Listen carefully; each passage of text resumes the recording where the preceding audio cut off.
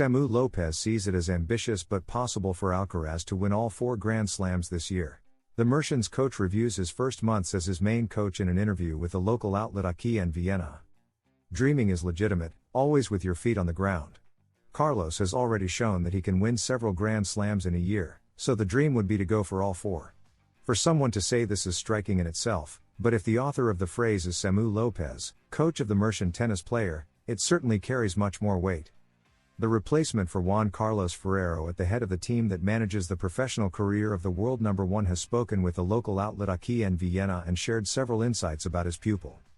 Dreaming is legitimate, always with your feet on the ground. Carlos has already shown that he can win several Grand Slams in a year, so the dream would be to go for all 4. It's ambitious, but possible. Above all, we want to arrive at the big events in the best possible condition and compete for them. Hopefully we can add more major titles, and if they are the 4, even better, says Alcaraz's coach in a double-page interview in this monthly publication from the Alicante town. The challenge is enormous, because only one man has achieved it in the Open era and he does not belong to the Big 3.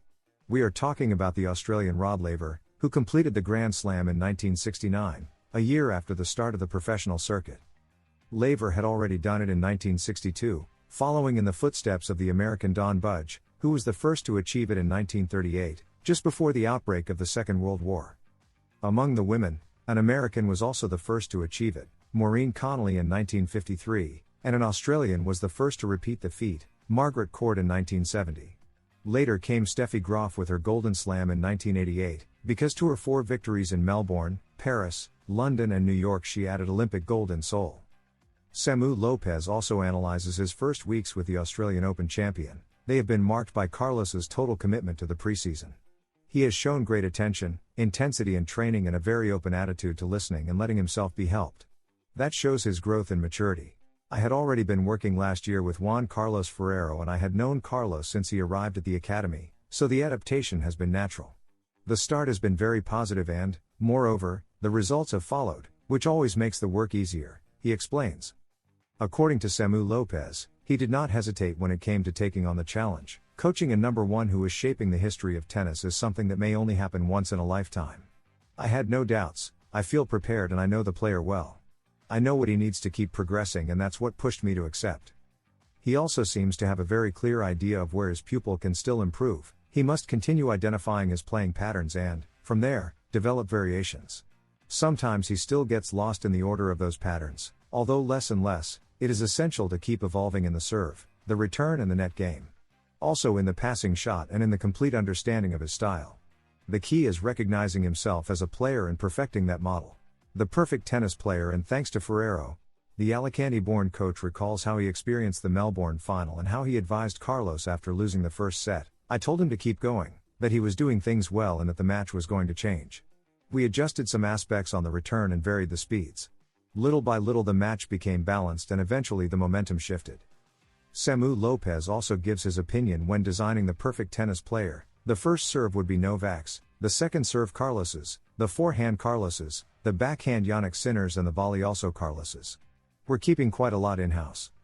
Finally, in the interview with ATP in Vienna he has words of gratitude for Ferrero. From Juan Carlos as a player and from the time we shared on the team, I've also learned a lot.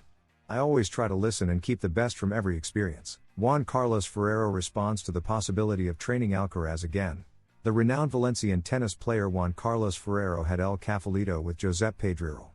The host of El Chiringuito and Hugones led a conversation in which the athlete touched on many topics, including his current situation with Carlos Alcaraz. It should be remembered that Ferrero was the coach of the Mershon tennis player for 7 years, until 2025. Both began working together in 2018, when the player from El Palmar was 15 years old and was crowned European champion. Their sporting relationship ended with 24 titles to the Mershon's name, including 6 Grand Slams and the world number 1 ranking. Beyond Alcaraz's trophies, there are also Juan Carlos's. The Valencian has been one of the most successful Spanish tennis players in history. He was number 1 in the ATP ranking, has 3 Davis Cups and 1 Roland Garros in 2003. Until now, the Valencian had not spoken about his current relationship with Carlos. However, after being asked by Josep, he left several remarks that shed a lot of light on his current situation with his former pupil.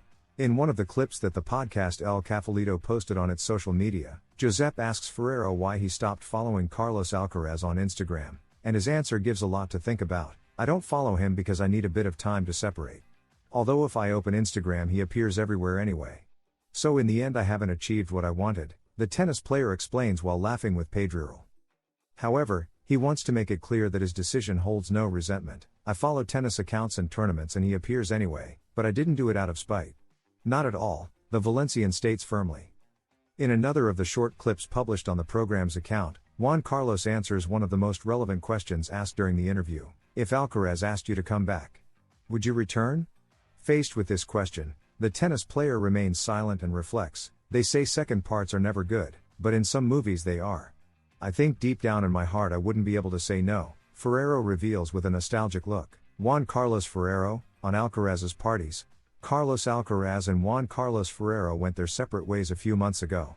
Nevertheless, this professional split after 7 years working together is still being talked about, and the former coach of the Mercian tennis player has spoken about it, as well as about those occasions when they did not agree, on El Cafelito with Josep Pedrerol.